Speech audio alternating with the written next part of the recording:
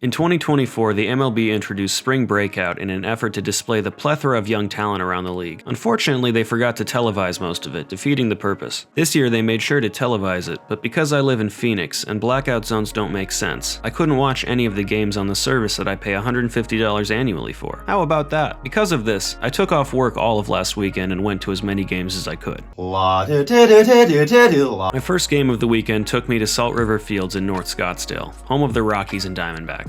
I'm a D-backs fan, and this is my second year coming here for the D-backs Breakout event. It's also my second year paying for a $30 ticket that never got checked. It was an uncharacteristically cold, windy, and wet night in Phoenix that Friday. Thursday's Breakout game had been canceled due to rain, and there was a threat of that tonight. Thankfully, it barely sprinkled. The atmosphere in the stadium was interesting. A lot of the spring Breakout games are doubleheaders with actual spring training games, which was the case on Friday. I got there about 20 minutes after the first game ended, and it had cleared out entirely. It was eerie walking around that stadium almost empty. There was a single concession stand left open behind home plate, and it was closed by the third inning. Almost the first thing I noticed walking in was that someone who goes by the name Dodgers Geek decided to plaster a bunch of custom stickers around his section during the previous game. It was a fun little scavenger hunt finding them and taking them down. A really cool feature of these events is that before every game they have an autograph signing area with players from both squads, and it's really cool to see that player-fan interaction. By the time first pitch came at 5:10, there was probably some 500-600 people in the stands and maybe 30 or 40 on the lawn. To me, that crowd and atmosphere felt like the ideal baseball experience. It felt like a big high school or small minor league game where everyone knows the players or is there for a personal reason or just loves the game like I do. When it came down to the actual game, I have a few standouts. First from the D-backs, center fielder Drew Jones and third baseman James Groover. They each went 2 for 3, with Groover scoring twice with a double and triple. Groover was also named to the first team All-Spring Breakout. Jones is ranked 7th on the D-backs pipeline, while Groover is 10th. On the Royals side, I chose middle infielder Daniel Vasquez and pitcher Luinder Avila, while Royals #1 prospect Jack Caglione did rip a line drive single which I caught in fabulous 1080p. Vasquez started 0 for 2 and finished the day with a run and 2 hits, including a triple down the right field line. Luinder Avila was a fireballer on the mound, and his first inning was beautiful to watch. Unfortunately, these kids would start jeering at him in the almost silent stadium, and he quickly gave up 2 earned runs. However, he settled down in the 6th and had a 1-2-3 with 2 strikeouts. Vasquez is number 27 for the Royals, while Avila is number 19. The D-backs jumped out to a 2-0 lead in the first and never gave it up, winning 2-0. Day 2 of Spring Breakout brought me to Mesa to see the Angels at the Cubs. This game was an independent event, not a doubleheader, and I didn't really know what the turnout would be. Last year, the Cubs Spring Breakout got rained out, and I know because I was there. They didn't even take the field. It was disappointing. This year, they were supposed to play twice, including the opening day on Thursday, but like I mentioned earlier, it got rained out again. It should be stated that outside of the Spring Breakout week, it had rained once all year in Phoenix. The baseball gods and weather gods just cannot get Spring Breakout straight for some reason. My first sign that this wasn't a normal exhibition game is that they were charging to park on the lawn outside the ballpark. The ticket was $17, the parking was $12.50, and the Cubs own everything within a mile of the ballpark, so they knew we didn't have a choice. Last year at the games, they gave away these packs of custom cards made for Spring Breakout, with players like Skeens, Holiday, Cruz, everybody notable who played in the games more or less. It was a really cool collectible that you could only get on site. This year, they gave away 5 packs of random Topps cards, which I will now be live ripping. All right, here we are. We're gonna live rip these packs that they gave us. I've never done this before, so you can already see there's a Leody Taveras on the cover. We got. My technique is not good. All right, Leody Taveras. Ooh, Future Stars, Cedane Rafael, Mauricio Dubon, Luis Castillo. It's a nice little card. And I've never known how to pronounce this guy's name. Ryan Pepiot? I don't know. I don't know, an ad.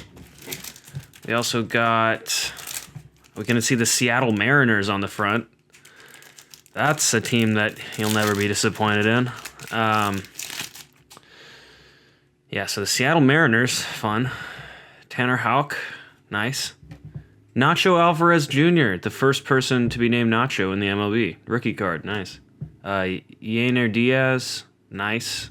Incredible catcher. Oh. Who chose that photo? And when was this made? He's not on this team. Anyway, this is nowhere near as cool what they did last year. After getting in, I could see the atmosphere could not have been more different from yesterday. By the time everyone settled in, there were at least 10,000 people in the crowd, with the lawns being pretty darn full. I'd say it was about 80-20 Cubs to Angel fan ratio. The Cubs faithful were starved for spring breakout after the past 2 cancellations. Sloan Field's food policy was pretty relaxed, so you already know I brought in the Chick-fil-A sandwich with the zesty buffalo. It was so good. I didn't have the mobility that I did in the previous night, so I didn't record as much, but I also developed a nasty headache in the 5th inning and left shortly after. The Angels got on the board in the top of the 1st, but the Cubs rallied in the bottom to go up 4-1 behind a Kevin Alcantara home run. Cubs would take the easy dub 8-3 in their first spring breakout game in 3 attempts. My prospect for the Angels is left fielder Rio Foster. I spent a lot of my summer last year watching and taking photos of rookie ball here in Phoenix, and Rio was one of my favorite players to see play. He was the best hitter on the ACL Angels last year, and he was batting cleanup tonight even though he's not even ranked on the Angels pipeline, which shows something. He finished the day with one of the Angels' 5 hits. Remember the name Rio Foster. For the Cubs, I gotta give it to James Triantos and Kevin Alcantara, 5th and 6th respectively in the Cubs pipeline. They each finished with 2 hits and a run, with Alcantara starting the fireworks early with the homer and making first-team All-Spring breakout in the process.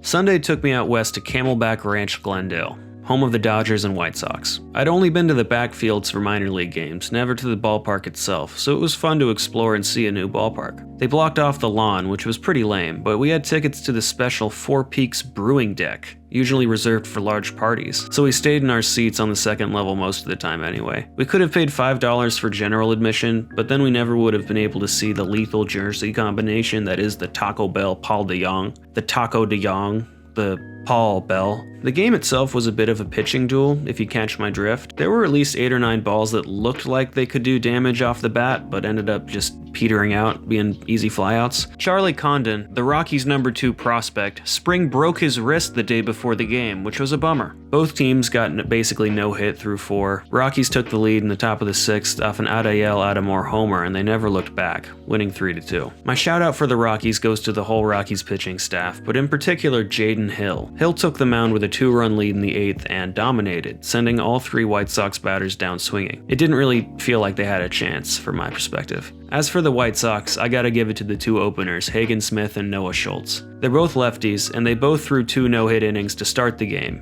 and I feel like they both had the momentum to keep it going if it wasn't a prospect game. Schultz is the #1 prospect in the Sox pipeline, while Smith plugs in at 3, so expect to see them starting on the mound in Southside pretty soon. Spring breakout was awesome, but please just let me watch these games on TV. I pay so many schmeckles for this.